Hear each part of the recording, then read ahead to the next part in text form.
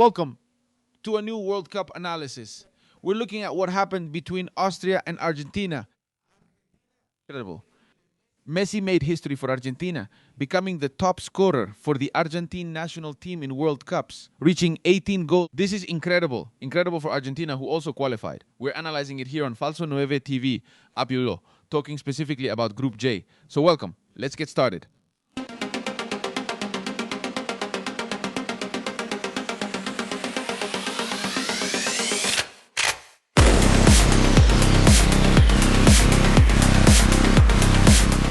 It was majestic, imperial, magnificent. Use whatever word or adjective you want. It's very difficult to analyze what Messi does with the Argentine national team because he does things you can't even imagine, because he's also a superlative player. Because besides his age, besides the fact that he's already 38 years old, he's about to turn 39 in 2 days, Lionel Messi is still doing these kinds of things. 2 goals, and he already has 5. In the World Cup, y ochos.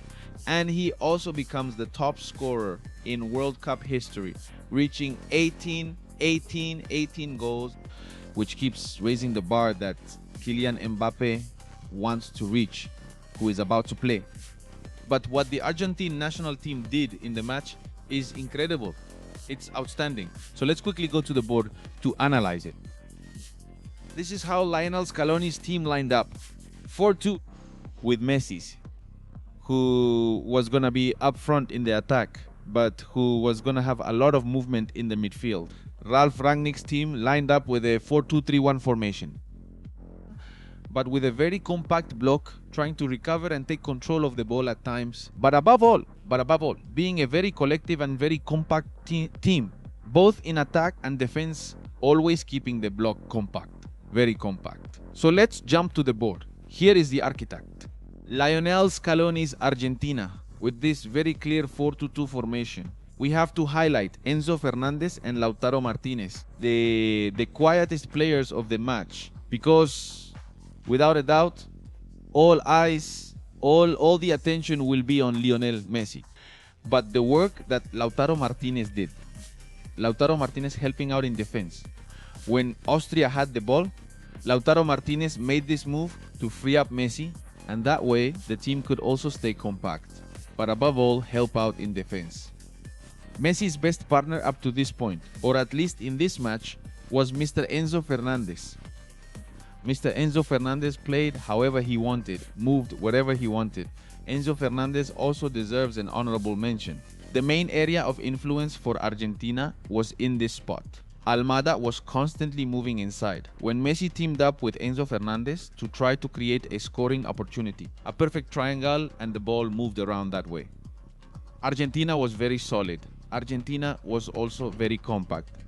And above all, it's important to highlight the defensive play that the Argentine team had. When Austria took the ball, Argentina set up its block here, where Lautaro Martinez contributed a lot in defense. I insist, so that Messi could play freely. They set up that 4-2-3-1 with Messi here, Freer having more offensive freedom and not so much defensive responsibility. Austria failed. They were missing, definitely missing a Messi. Austria, although they have a great team collectively, don't have many standout individuals.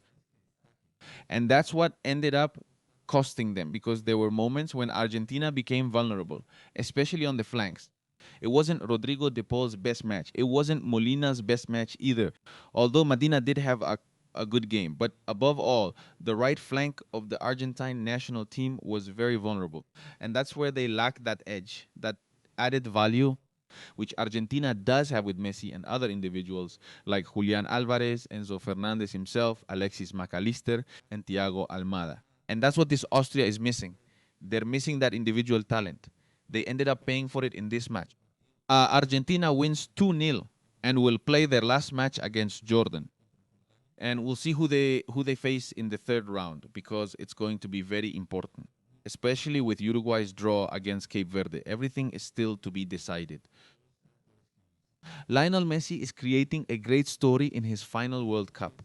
As always, your opinion matters most, so I'll be reading your comments. How far do you think Argentina will go? Are they contenders? Is Argentina a contender after this convincing win against Austria? I'll be reading your comments. Don't leave without giving us a like. And of course, staying tuned to all the programming on Falso 9 TV. We'll see you next time. Very soon. Bye.